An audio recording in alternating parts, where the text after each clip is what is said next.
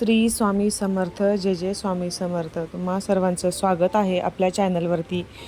तुमच्या सर्वांच्या चांगल्या इच्छा पूर्ण करो अशी प्रार्थना स्वामी महाराजांचरणी करते आणि आपल्या नवीन व्हिडिओला सुरुवात करते. त्याआधी जर तुम्ही चॅनलवरती नवीन असाल तर चॅनलला सबस्क्राईब नक्की करा.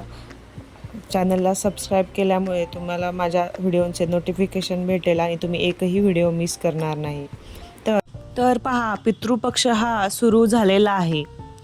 29 सप्टेंबर ते 14 ऑक्टोबर हा काळ आहे पितृपक्षाचा काळ.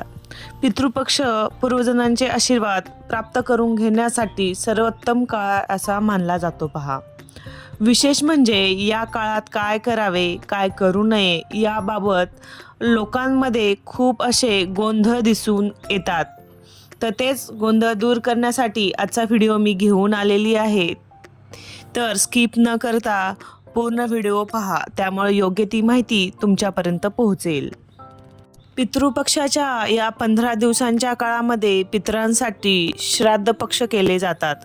पितरांसाठी खास सेवा उपासना केल्या जातात, ज्यामुळे पितर संतुष्ट होतात आणि आपल्या कुटुंबाला पितरांचा आशीर्वाद हा मिळत असतो. पहा, तसेच एखाद्या कुटुंबामध्ये जर पितृदोष असेल तर तोही निघून जातो.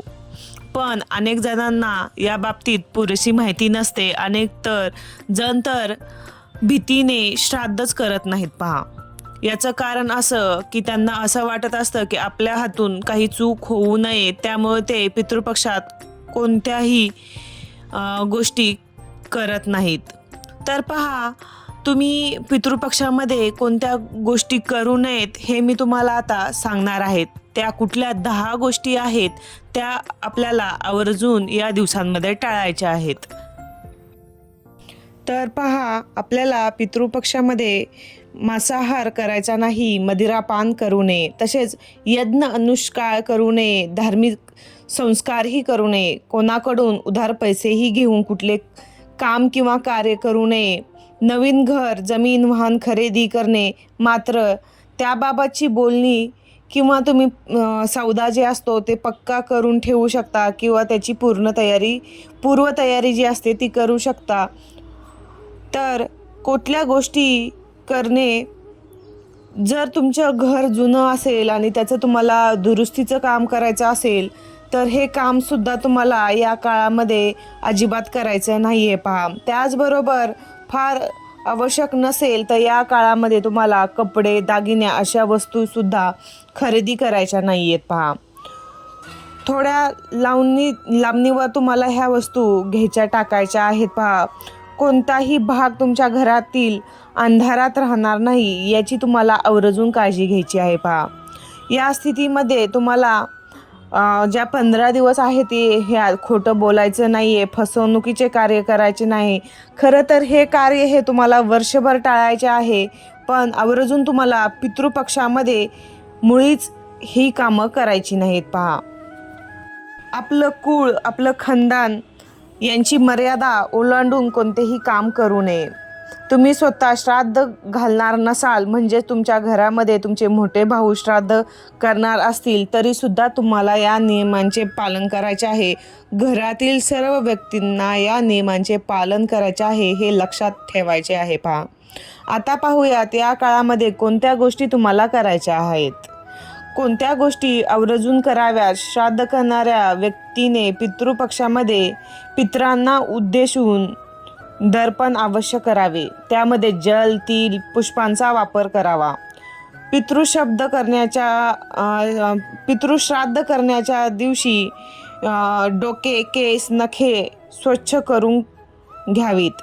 आपल्या सामर्थ्यानुसार ब्राह्मणांना बोलवून दर्पण पिंडदान भोजन प्रदान केल्यानंतर दक्षिणा द्यावी. पूजा अवश्य करावी. वर्षभर नियमित मंदिरात जाऊन देवदर्शन घेत असाल तर त्याचेही पालन करायचे आहे. या दिवसांमध्ये तुम्हाला ब्रह्मचार्याचे अवश्य पालन करायचे आहे. पहा, श्राद्धपूर्वक व नियमित दर्पण करावे. या काळामध्ये सात्विक भोजन, लसूण कांदा याचा वापर करू नये. पहा, पितृपक्षामध्ये आपण पूर्वजांच्या यशगाथा गाव्यात, मोठ्यांचा सन्मान करावा, गुरुजनांची पूजा सेवा करावी. सगळ्यात महत्त्वाचे, रोज आपल्या सामर्थ्यानुसार दुसऱ्यांची मदत करावी. मुंग्यांसाठी साखर किंवा इतर गोड पदार्थ योग्य जागी ठेवावेत. घराच्या छतावरती किंवा स्वच्छ भांड्यात पाणी, अन्न, गोड वस्तू अवश्य ठेवाव्यात. घरी एखादा कुत्रा असेल त्याची योग्य प्रकारे देखभाल करावी. घरी कुत्रा नसेल तुमच्या तर बाहेरील कुत्र्याला तुम्ही पोळी, चपाती किंवा भाकरी जरूर खायला द्यावी. हे अगदी साधे सोपे सरळ नियम आहेत.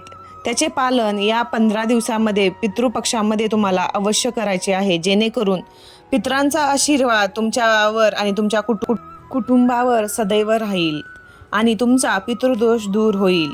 त्यामुळेच तुमची सर्व कामे मार्गी लागतील. चला तर झालेली सेवा स्वामी महाराजांचरणी अर्पण करू आणि नंतर भेटूया अशाच नवीन एका व्हिडिओमध्ये. तोपर्यंत श्री स्वामी समर्थ.